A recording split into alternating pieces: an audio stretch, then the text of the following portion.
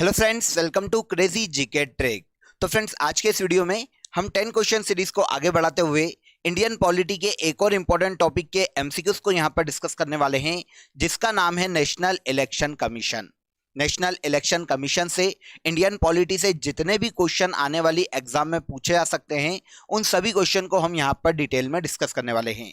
Video में and तक बने रहिएगा।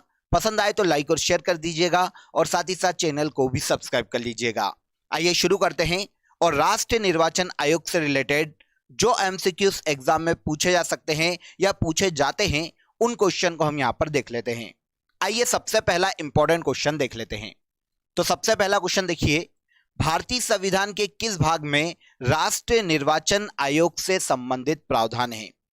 अक्सर एग्जाम में हमें राष्ट्रीय निर्वाचन आयोग से रिलेटेड आर्टिकल भी पूछा जाता है और इसके अलावा भाग भी पूछा जाता है। तो यहां पर देखिए भाग पूछा गया है, तो भारतीय संविधान के भाग 15 में आर्टिकल 324 से लेकर 329 तक के जो प्रावधान हैं वो निर्वाचन से संबंधित प्रावधान हैं, ये याद रखिएगा। तो हमें यहां पर आंसर मिल जाएगा, सबसे पहला आंसर सी हो जाएगा। नेशनल इलेक्शन कमीशन या निर्वाचन से संबंधित प्रावधान भारतीय संविधान के भाग 15 में देखने को मिलते हैं। अब अगर हम एक एक आर्टिकल जो यहां पर दिए गए हैं उन 5-6 आर्टिकल की बात करते हैं, तो देखिए आर्टिकल 324 में राष्ट्रीय निर्वाचन आयोग के गठन की बात की गई है। भारत में राष्ट्रीय निर्वाचन आयोग के गठन का प्रावधान भारतीय संविधान के आर्टिकल 324 में देखने को मिलता है। आर्टिकल 325 की बात करते हैं, 325 की बात करते हैं, तो धर्म, जाति, लिंग, जन्म स्थान के आधार पर निर्वाचन से या मतदान से वंचित नहीं किया जाएगा, यह प्रावधान आर्टिकल 325 में देखने को मिलता है। भारतीय संविधान का आर्टिकल 326 वयस्क मताधिकार की बात करता है। हर व्यक्ति को वयस्कता के आधार पर मतदान देने का अधिकार है, आर्टिकल 326 में यह प्रावधान देखने को मिलता है। लेकिन वयस्कता की आयु कितनी होगी यह निर्धारित इंडियन पार्लियामेंट के द्वारा किया जाता है। इसीलिए मतदान देने का जो अधिकार है, वोट देने का जो अधिकार है फ्रेंड्स, वो कोई कॉन्स्टिट्यूशनल राइट नहीं है, बल्कि एक लीगल राइट है, या फिर यूं कहा जाए कि एक विधिक अधिकार है। इसे भी याद रखिएगा, आर्टिकल 326 वयस्क मताधिकार की बात करता है। इसके बाद आर्टिकल 327 की अगर हम बात करें, तो संसद के लिए या केंद्र के लिए या राज्य विधानमंडल के लिए निर्वाचन के लिए नियम बनाने का अधिकार इंडियन पार्लियामेंट को दिया गया है। आर्टिकल 327 में परिसीमन क्षेत्र निर्धारित कर सकता है, यह नियम बनाने का अधिकार दिया गया है किसको? पार्लियामेंट को। आर्टिकल 328 की बात करते हैं, तो राज्य विधानमंडल के निर्वाचन से संबंधित राज्य के निर्वाचन से संबंधित नियम बनाने का अधिकार या कानून बनाने का अधिकार राज्य के विधानमंडल को प्रदान करता है, आर्टिकल 328, अगर संसद ने कोई नियम नहीं बनाया है तो। इसके बाद आर्टिकल 329 की अगर हम बात करते हैं, तो न्यायिक क्षेत्र से बाहर घोषित करता है, अगर पार्लियामेंट या विधानमंडल कोई भी कानून बनाता है निर्वाचन से संबंधित, तो वो न्यायालय की क्षमता के बाहर है, न्यायिक क्षेत्र के बाहर है। यह प्रावधान आर्टिकल 329 में देखने को मिलता है। ओके, तो यहां पर मैंने आपको सारे आर्टिकल नॉर्मली बता दिए हैं, शॉर्ट में बता दिए हैं, तो आपको यहां पे आइडिया लग जाएगा कि कौन सा आर्टिकल किससे संबंधित प्रावधान करता है। तो अभी के लिए हमारा जो क्वेश्चन है वो ये पूछा गया है कि राष्ट्रीय निर्वाचन आयोग भारतीय संविधान के किस भाग में उल्लेखित है? तो यह उल्लेखित है भाग 15 में, तो आंसर हो जाएगा आंसर सी। इसके बाद सेकंड क्वेश्चन देखिए, राष्ट्रीय निर्वाचन आयोग का गठन कब किया गया? तो नेशनल इलेक्शन कमीशन भारतीय संविधान के आर्टिकल 324 में उल्लेखित है, अभी हमने बात की थी। इसके अकॉर्डिंग सबसे पहली बार राष्ट्रीय निर्वाचन आयोग का जो गठन है वो 25 जनवरी 1950 में किया गया था। 25 जनवरी 1950 में सबसे पहली बार राष्ट्रीय निर्वाचन आयोग का गठन किया गया था। जब इसका गठन हुआ था तो यह केवल एक सदस्यीय संस्था थी, मतलब इसमें केवल एक सदस्य ही हुआ करता था, जो कि राष्ट्रीय निर्वाचन आयुक्त या मुख्य निर्वाचन आयुक्त कहलाता था। लेकिन 1989 के बाद निर्वाचन आयुक्त एक संशोधन अधिनियम लाया गया, जिसे निर्वाचन आयुक्त संशोधन अधिनियम के नाम से जाना जाता है, और उसके आधार पर इसे बहुसदस्यीय संस्था बना दिया गया। तो 1989 के बाद इसको बहुसदस्यीय बनाया गया। तो वर्तमान में राष्ट्रीय निर्वाचन आयोग में हमें एक अध्यक्ष देखने को मिलता है और 2 सदस्य देखने को मिलते हैं। जो अध्यक्ष है इसको यूं कहा जाए, मेन जो है वो मुख्य निर्वाचन आयुक्त है और 2 अन्य सदस्य अन्य निर्वाचन आयुक्त के नाम से जाने जाते हैं। अध्यक्ष ना बोले तो फिर इसे मुख्य निर्वाचन आयुक्त हम बोल सकते हैं। ठीक है, तो 25 जनवरी 1950 को राष्ट्रीय निर्वाचन आयोग का गठन किया गया था। आंसर ये हो जाएगा। इजी था। आगे बढ़ने से पहले एक अपडेट देता हूं फ्रेंड्स। क्रेजी जीके ट्रिक के रूट एप्लीकेशन पर आप सभी के लिए जीएस फाउंडेशन की देखिए एक लाइव बैच स्टार्ट हो गई है, जहां पर जीएस के सभी सब्जेक्ट आपको बहुत ही बेसिक से पढ़ाए जाएंगे। इंडिया या किसी भी स्टेट की कोई भी एग्जाम हो या फिर सेंट्रल लेवल पर अगर कोई एग्जाम हो तो वहां पर आपके जीएस के क्वेश्चन कभी भी किसी भी एग्जाम में बाहर नहीं जाएंगे।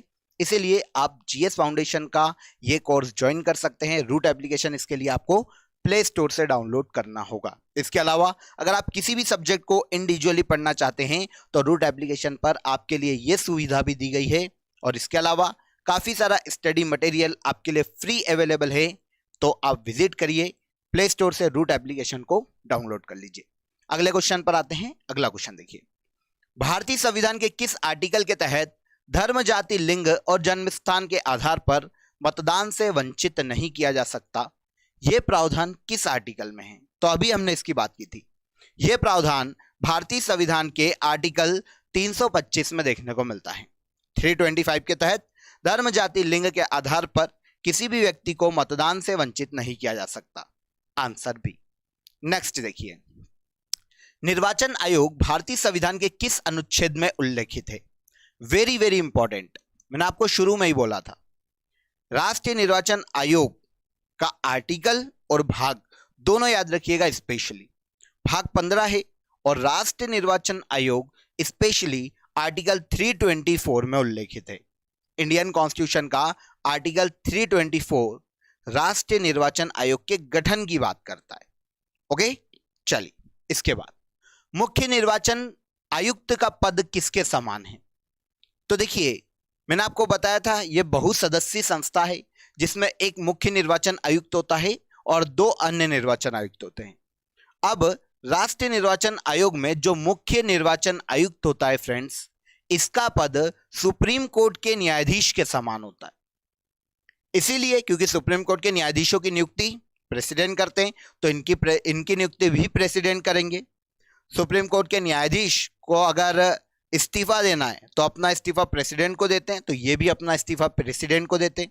और अगर सुप्रीम कोर्ट के जज को उनके पद से हटाना है तो महाभियोग जैसी प्रोसीजर के द्वारा हटाए जा सकते।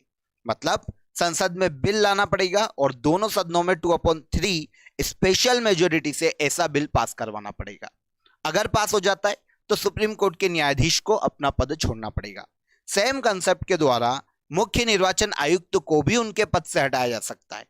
मतलब पार्लियामेंट के दोनों सदनों में स्पेशल मेजोरिटी से इनको हटाने का बिल लाना पड़ेगा, पास करवाना पड़ेगा 2/3 मेजोरिटी से, स्पेशल मेजोरिटी से। अगर पास हो जाता है तो मुख्य निर्वाचन आयुक्त को उनके पद से हटाया जा सकता है। इजी। तो इस तरह से मुख्य निर्वाचन आयुक्त जो हैं इनका पद सुप्रीम कोर्ट के न्यायाधीश के समान है, याद रखिएगा। ओके, चलिए, इसलिए रिटायरमेंट की एज भी 65 ईयर है इन दोनों की।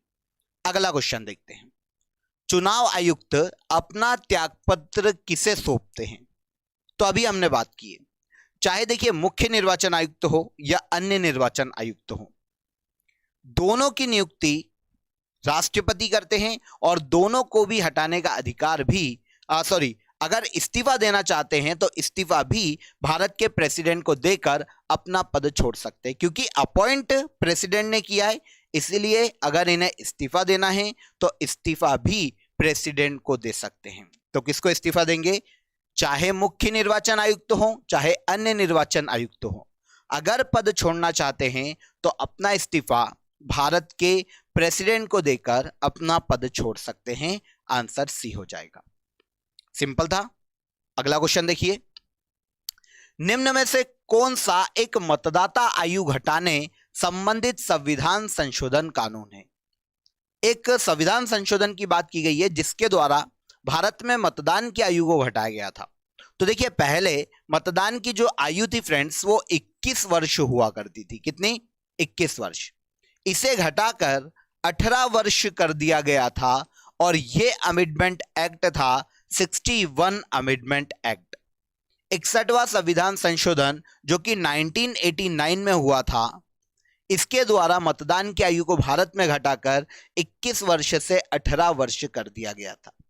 मतदान का अधिकार भारत में एक विधिक अधिकार है, इसे याद रखिएगा। तो पहले 21 वर्ष के बाद कोई व्यक्ति मतदान कर सकता था, अब आप जानते हैं 18 वर्ष के बाद कोई भी व्यक्ति भारत में मतदान कर सकता है। यह प्रावधान 61 अमेंडमेंट एक्ट के तहत देखने को मिलता है, 61वें संविधान संशोधन के तहत देखने को मिलता है, जो कि 1989 में किया गया था। ईयर भी याद रखिएगा और संविधान संशोधन भी याद रखिएगा। इजी। आगे बढ़ते हैं। निम्नलिखित में से क्या चुनाव आयुक्त की योग्यताओं में शामिल है? आइए देखते हैं। चुनाव आयुक्त बनने के लिए क्या योग्यता चाहिए? 10 वर्ष तक सुप्रीम कोर्ट का वकील रहा हो, गलत। 10 वर्ष तक सुप्रीम कोर्ट का जज रहा हो, गलत। 5 वर्ष तक महान न्यायवादी के रूप में कार्य कर चुका हो, गलत। क्यों? क्योंकि भारत के संविधान में चुनाव आयुक्त बनने के लिए योग्यताओं का कोई प्रावधान नहीं, कोई बात नहीं की गई है कि चुनाव आयुक्त नियुक्त किए जाने के लिए या बनने के लिए क्या योग्यताएं चाहिए। तो फिर आंसर हो जाएगा तीनों में से कोई भी नहीं। भारतीय संविधान में इसका प्रावधान नहीं दिया गया है। ऐसे क्वेश्चन थोड़ा सा याद रखिएगा, क्योंकि थोड़ा सा आपको सोचने पर मजबूर कर सकते हैं ऐसे ऑप्शन भी।